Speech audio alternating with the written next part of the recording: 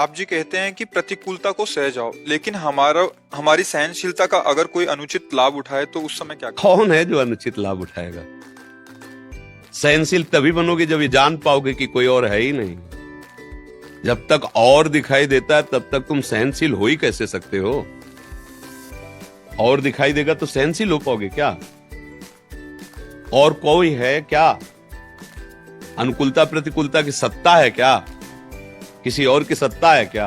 आप जहां बात कर रहे हो ये वृंदावन धाम है, और जिनसे बात कर रहे हो ये वृंदावन धाम के रस की कोई और है क्या? एक क्रूरा अपि पापिनो न च सताम संभास्य दृश्याश्चये सर्वान वस्तुतया निरीक्ष परम स्वाराध्य बुद्धिर्मम। जो क्रूर और दुष्ट और पापी नीच चांडाल ऐसा रोल कर रहा है, वो कौन कर रहा है? मेरा आराध्य देव, दूसरा कोई नहीं है। सोचो, तुम्हारा दोस्त है, वो नाटक में क्रूर कर्म करने वाला रोल करे, उसे क्या कहते हैं? हाँ, बिलियल बिलल। हाँ, हमको पढ़े लिखे कम है। अब आप पहचान जाओगे कि नहीं पहचान जाओगे? नहीं पहचान जाओगे? ये अच्छा, ये तो वो है। अब वो जितना क्रूर कर्म करेगा, अब वाह यार वाह, कितना सुंदर अभिनय कर रहा है।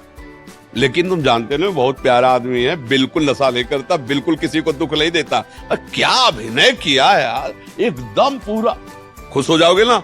ऐसे ही भक्त खुश होता है। क्या अभिनय कर रहे हो ठाकुर? मुझे पता है जितने भी रोल कर रहे हो सब आप ही कर रहे हो, दूसरा कोई नहीं।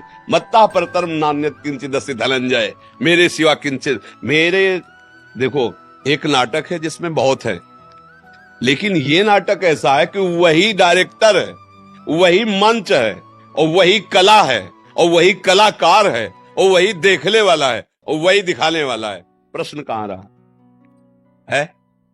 अब इतनी जब अगर ज्ञान वृत्ति नहीं होगी तो अध्यात्म मार्ग में हो ही नहीं, और अध्यात्म मार्ग में नहीं तो सहन करना कोई हलवा खाना नहीं है।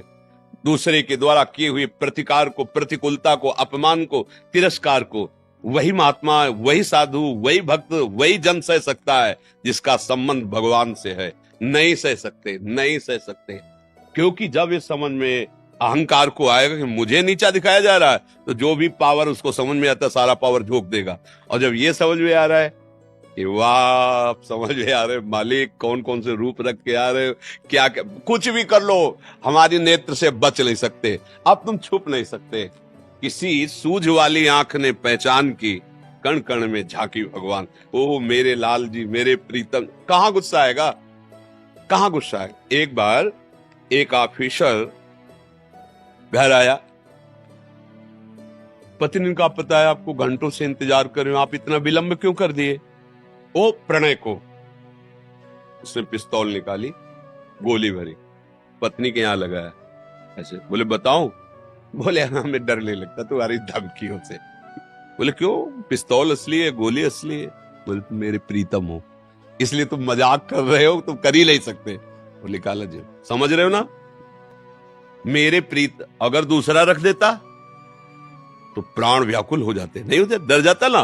तो अगर हम दूसरा देखेंगे तो डर जाएंगे, भय आ जाएगा, क्रोध आ जाएगा, शांति। और अगर देख रहे हमारा प्रीतम है तो कह रहे ये तेरी पिस्तौल है, सब तेरा केवल खिलवाड़ है, तू कर ही नहीं सकता। क्यों? मेरा प्रीतम है, चराचर जगत मेरा प्रीतम है।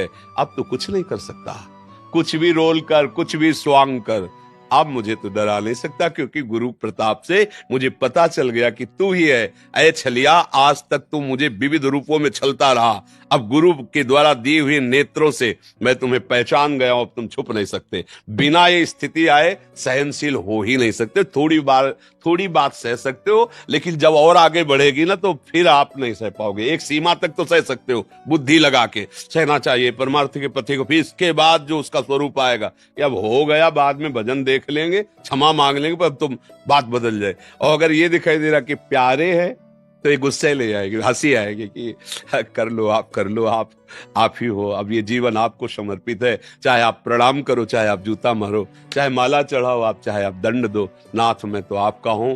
अब आप कुछ भी करो, मुझे समझ में आ गया, आपके सिवा को जीत गया। किसका प्रश्न था ये? हाँ, समझ में आ रहा।